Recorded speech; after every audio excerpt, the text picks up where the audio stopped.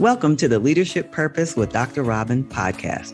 I'm your host, Robin L. Owens, PhD, and this is where we dive in each week to give advice, tools, and tips for high-achieving, purpose-minded women who've written nonfiction books and want to amplify their message beyond the book.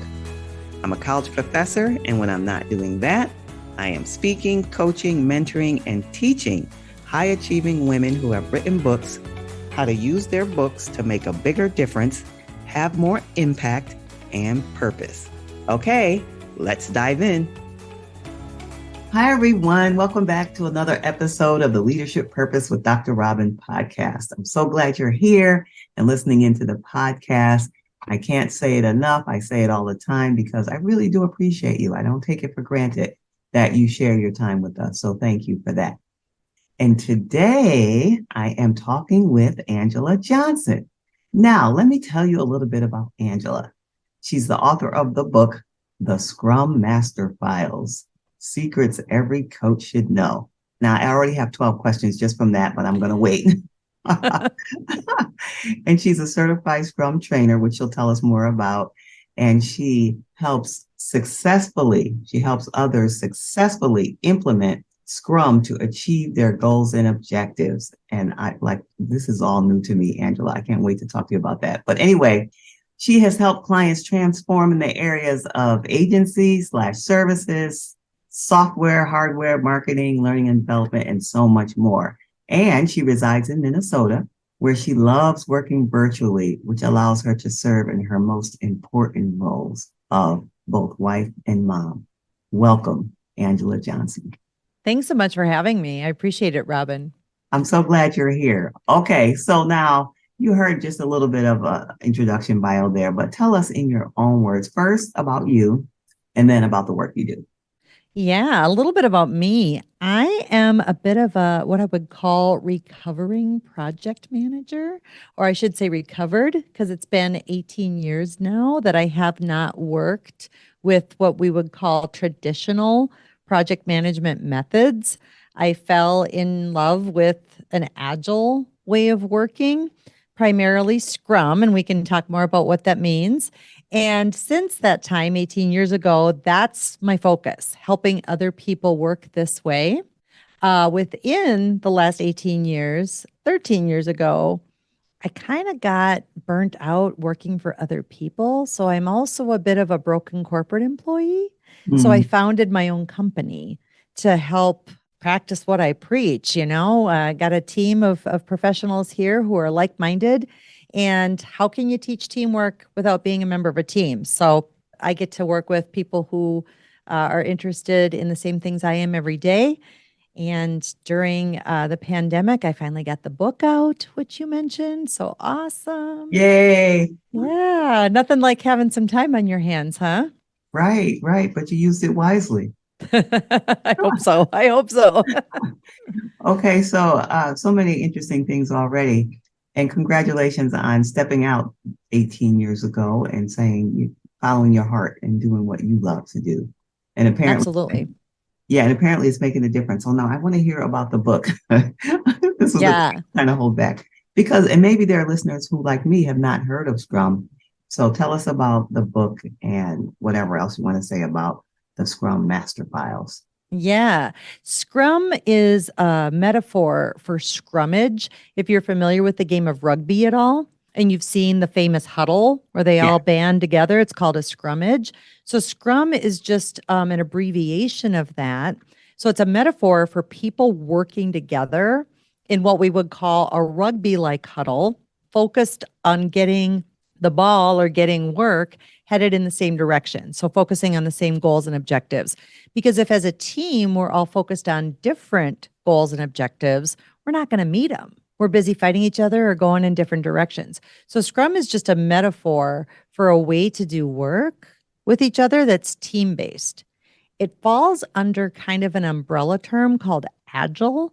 That word, I think, is making its way into the mainstream, and it's a bit more popular.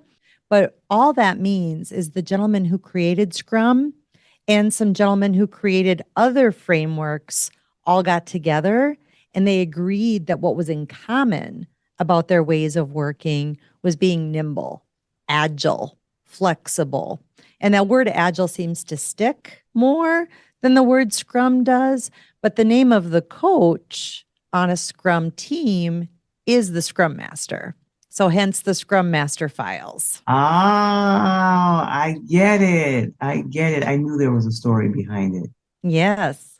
So now tell us, what would you say in your subtitle? You say there's secrets every coach should know. But tell us what the premise of the book is and a little bit more about what we can find in there. Yes, I wrote the book for Scrum Masters. That's how I started my journey in Agile 18 years ago.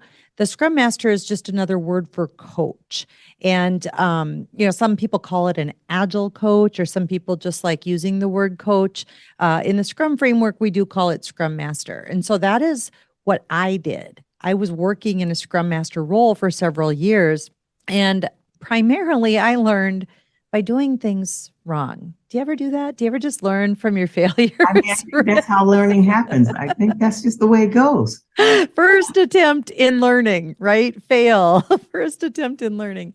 And so the book is really for new Scrum Masters. It's all the stuff I wish I would have known when I was new, but I learned, the hard way. So if I can save any of those new Scrum Masters who are starting out and coaching their teams, if I can help them do that more effectively and they can learn from my failures, that's really what this was for, right? That's really who the book was for. And so do you work with them now? Do you train them and work with them? Yes, as a certified Scrum trainer, that's just a fancy way of saying a company called the Scrum Alliance, an organization called the Scrum Alliance, Mhm. licenses me to bring that education to people who want to get some sort of official certification to start their journey. So it's called a certified Scrum Master. So I'm licensed to not only educate those folks at the beginning of their journey, but to grant them that credential as well. That makes sense. That makes a lot of sense. And you mentioned that you were a project manager at heart, so to speak, Mhm. right? And so tell us how that connects to the work that you do now in the book. Yeah, I was a project manager, and there are many project management credentials out there, but the popular one is the Project Management Institute's PMP, Project Management Professional. And that's the way I did work. But if I'm being honest, I always felt a little bit like a scapegoat sometimes. The project manager is the one who gets blamed when dates are missed or things aren't going very well. Or sometimes I felt like kind of an adult daycare provider. It's like, why can't these people talk to each other? Why do I need to be this go-between? Why do I need to be writing all these status reports and whatnot? And so when I found Scrum, to me, it just made an enormous amount of common sense. It's Mhm. like, oh my gosh, people being more accountable by actually, doing the work they say they're going to do and then talking to each other and transparently sharing that information. Right? That was just like, yes. So instead of being somebody who chased after people, now I got the chance to be somebody who coached them in being more accountable, being more transparent, working together to get the goals and objectives met. And I honestly haven't worked any other way since because it just made a lot of sense to me. Yes. So other than having time on your hand, what prompted you to write the book? Well, 10 years ago, I had this amazing, amazing client. And I thought, we have got to tell this story. We are going to tell this story, right? We're going to write this down. It's going to be a book. It's going to be amazing. And then life happens and, procrastination, and it just didn't happen. So then somebody advised that I get a ghostwriter. And I don't know if this is something some of your listeners have gone down that path because I thought, well, that makes sense to me and I'm busy and I get it. Oh, it didn't sound anything like me. It may work for other people, but it was a colossal mistake for me. Oh, And hmm, especially with some of the terms in the Scrum and Agile world, they hmm. do have some goofy vocabulary. So there was a lot lost in translation. So then that second failed attempt left me a little demoralized. So it sat on my Oh, hard drive for another couple of years. oh, And then COVID, and I had time on my hands. And a friend of mine had self published via Amazon Mhm. and really kicked me in the butt to say, this is not that hard. If I can figure it out, you certainly can. Let's get this done. The other epiphany that happened is in thinking about the client's story. I had this moment, right, of just kicking my own ego out of my head because it's like, this isn't your story, dummy. This is their story. And you know, you as the coach may have nudged them in a direction or two or lit a fire or two, but at the end of the day, they had to make the decisions and live with it. And it turned out great, cool. It's not your story. It's their story. So that's when it really turned into me focusing on my own stories, the good, the bad, and the ugly, Mm. right? Just Mhm. sharing those failures, just being really raw and transparent and saying, this is the mistake I made. Now, Mm. if you want to avoid this mistake, here's what you do. Yes. And when you talk about a mistake, is it a mistake that happened while you were working with teams or related to teams and other people? Yes. Uh, do, Yes. do you remember? Of course, you're probably not surprised by this question now. Do you remember what is Oh, one of the yeah. biggest lessons, ones that really stands out in your mind? Yeah. For sure. Because when I was coming off of project management, you know, projects by definition are temporary. They have a start and they have an end. They're a temporary endeavor. And sometimes human beings get term paper syndrome, right? We wait till the night before, we just pull an all nighter and we just crash it in there. And so I, for years, had rewarded that kind of behavior. Well, that behavior isn't sustainable. And it really isn't about, you know, then sharing the work or the load or the recognition as a team. So there's one gentleman on one of my first Scrum teams, and I was a Scrum Master, and I always saw him picking up the slack, jumping in and helping his teammates out, teaching or mentoring people and skills that he was better at that they maybe didn't have yet. And I kept calling him a rock star. I kept calling him a rock star and singing his praises. And one day he pulls me aside and he says, could you please stop it? And at first I was offended because I was like, I am giving you a compliment here, right? I am, you know, holding you up and saying, you know, that you're great. And he's like, and you're killing the rest of the team. He's like, so stop it. This is a team. He said, and I am not trying to be a rock star. You see me helping them, you see me teaching them, you see me, you know, helping to build this team. He said, and that's your job. So could you please stop calling me a rock star? And I was like, oh my gosh, I'm so sorry. You know, lesson learned, message received. Yes. So Yes. that one's a big one that made an impression on me, Robin. Yes. And that is a good lesson to not isolate one person on the team Mm-hmm. in any way. So yeah, it's a valuable lesson. And I'm wondering because we talked a little bit, I think, before we came on, but this season of the podcast is to encourage, support, lift up, give tools and resources to other authors, high achieving women authors who are doing different things. They have their own businesses, but they also consultants with coaches, speakers, Mm-hmm. and they have written a book. So we don't focus on the author part of us. Usually when we're doing all these other things, the author piece seems to be that author identity kind of is pushed to the side. So I thought, why don't we take some time and take this season to focus on that part of our guests and the listeners, the authors who are listening. So now I'm wondering if there's an author who's listening now who is working with a team. Is there something, because she probably has other aspects of her business and team just like you and just like I do. And I'm wondering if there's something from the Scrum method, or I'm calling it method, or the Scrum way of doing things that can help an author who's dealing with any author related team things or business things. Yeah. Absolutely. There's a lot of terminology in the framework, and I'm going to just use plain, simple words and tell you the term as well. But there's something called a daily scrum, and people think it's a status meeting.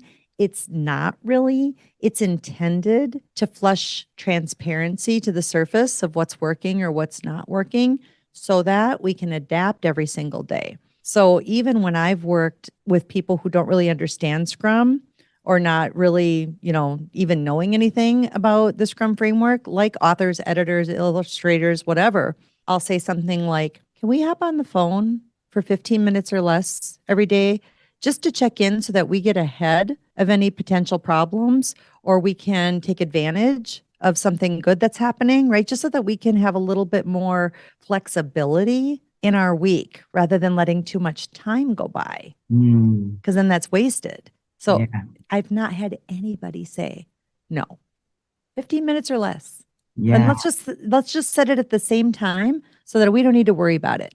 Right? You Right. don't need to worry about what time is it this day, what time is it that day. It's like, let's get together at, 12 noon over lunch, 12 to 12:15, right? And so something simple like that, just a daily check-in.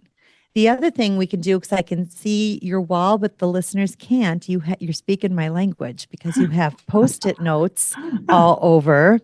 And so Actually, that's the storyboard / outline of a book that I'm writing. see, perfect, right? Make it visible, make it visible. And in this day and age of people working from their houses or being, distributed, there are so many virtual tools that will replicate a card wall like that. So how can we make things visible? Our own team is working with somebody who's doing some iconography for us and helping with a learning management system that we're developing.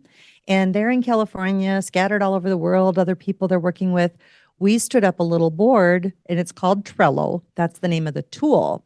But it's our way of making work visible with each other. So now there's an ordered to-do list. There's an in progress column showing exactly who's doing what. And then we have something that we get our dopamine hit when we move it to done. That's what our team calls it. We like moving things to done. So we get that little dopamine hit. But then, hey, let's get on the phone for 15 minutes or less daily and figure out exactly where everything is at. Yeah. Yeah. So It makes sense. anybody can take advantage of that. It makes sense to have those regular and short and consistent, what you call them, status calls. Yeah, it makes so much sense to keep things moving along. And I happen to use Trello, and I love love it. Trello. I do love it. And I don't have any affiliation with it. All right. So tell us what about the work lights you up the most? Working with people. For me, it's gratifying when students have that aha moment and I can see it happen, but also when they tell me something that I shared with them or something that they were inspired by had a direct impact on their own work. That's what gets me out of bed in the morning. That's the exciting part. So I really like working with people. For me, it's, less the terminology or the tools or the mechanisms, and it's more about the people part. So I do describe myself in the book as a people geek. That's kind of my thing. I like that. A people geek. I don't think I've heard that before. And if you're going to be a geek about something, people, you can't go wrong. Right? Okay. So now I mentioned that the podcast, and particularly this season, is for high achieving women, nonfiction authors. You helped us think about teams and working with teams, but now from any area of your life, work, expertise, what's a word of advice you can give to an author who is an author, business owner, consultant, doing all the things? It could be a professional advice, personal advice, any way to kind of support them as they continue putting their work out there. There is no shortage of advice aimed specifically at authors or people trying to write a book right now. And I would say, do your due diligence first, right? I just leapt, because there was a friend of mine who was an author that said, oh, get a ghostwriter. Oh, okay. Well, I spent a lot of money and then wound up pretty unhappy. And then there's people who will tell you the only way to go is to build your platform and to get a literary agent and to go through the traditional publishing route. And oh my gosh, demoralizing, tough, harsh. I had a lot of fun with the self-publishing route. And will it make me $1 million? No, but that's not why you put a book out there anyway, unless you're a nonfiction author, right? We're talking, a fiction author. In nonfiction, we don't write books to make $1 million. We write books to help people. So unless you're, writing romance novels, I don't know why you need to go the traditional publishing route. And so for me, The self-publishing route was easy and it got me exposed to a whole new audience, which I think is the more important part. So I would say that they're going to have to do their due diligence and do what works for them. Probably the best thing I got told by the person that was helping me was really sitting down and asking me a lot of questions. And they were like, do you really want to walk into a Barnes and Noble and see your book on the shelf? And I'm like, no, I want people to actually, like use my book. And they're like, okay, then knock it off. Don't stop trying to kill yourself with this traditional publishing route. And so it's available in paperback. And the biggest compliment to me is when I see how dog-eared it is and people have Post-it notes sticking out of it and it's highlighted. They're using my book. That's the biggest compliment right there. So I'd say, do your due diligence, and at the end of the day, do what works for you. Do what's going to make you happy. Yes. I mean, we can't go wrong with that. We can't go wrong with that. All right. So as you know, the name of the podcast is Leadership Purpose, because I think of authors as thought leaders in their work and in their area. And I've always been motivated by this idea of purpose. All right. So now, do you think having a sense of purpose is important? To have a sense of purpose in your work is important? Absolutely. It's crucial. And for our team, we really rallied around the organization that we offer certification through is called the Scrum Alliance, and it's a nonprofit, mission-driven organization. And the mission is changing the world of work. And that sounds really audacious or auspicious, right? You're going to change the way the whole world does work. That's going to take some time. Yep. And I'm honestly one of the people who's in it for the mission. I want to help people do work in a different way. Work doesn't have to suck. Work doesn't have to be difficult. It doesn't have to mean, conflict and angst. It can be fun, and it's more fun when you have a team. And so we're really in it for the mission, and that sense of purpose always kind of brings us back, right? Why do we do this? Why do we do what we do? Yes, yes. Makes sense to me. All right. So now I know you have lots of things to do today, but is there, as before we tell people how they can get in touch with you, is there anything that I've not asked you that you'd like to share with our listeners right now? I think probably the one fun thing that came up today, we were talking as a team and something came up and somebody was asking for advice on helping somebody that they were working with. And I'm like, I was listening to everybody chiming in, we'll do this, we'll do that. No, don't try this, because what if this, what if that? And I'm like, ask them. And they're like, what did you say? Ask them what they would like. Oh my gosh, why didn't I think of that? So I guess I would say, bringing it back to where we started with common sense is don't be afraid to ask questions, right? Be curious. Don't make assumptions about what people may or may not be thinking. Ask them, right? Let's just ask some questions. There's power in asking. That's definitely wisdom. All right. I'm sure the people who are saying, well, how can I hear more about Angela? Where can I be in touch with her? And what would you say to them? Our company is called Collaborative Leadership Team. I know that's a mouthful, but their website is collaborativeleadershipteam.com. It will render if you just type in coleadteam.com, coleadteam.com, or I am on LinkedIn. But when you have a name like Angela Johnson, it's fairly generic. So you have to put in Angela Johnson Scrum and I pop right up. Okay. And I'll be sure to put those in the show notes so everybody can have that. Angela Johnson, thank you so much for sharing your wisdom and insight and passion with us today in the podcast. Thank you for having me. Okay, everyone. And if you want more about me, you can go to my website, robinlowens.com, robinlowens.com. And if you are an author and you've been thinking about expanding your message beyond your book, and you've been thinking about creating a course based on your book, then you can head on over to my free training at createmasterfulcourses.com, createmasterfulcourses.com, and you can pick up my free video training to get you on your way. And until next time, this is Dr. Robin. Thank you for tuning in to this episode of the Leadership Purpose with Dr. Robin podcast. If you enjoyed it, head on over and rate and subscribe so you never miss an episode. New episodes drop every week, and I can't wait to hang out with you again soon. Meanwhile, this is Dr. Robin signing off. See you next time.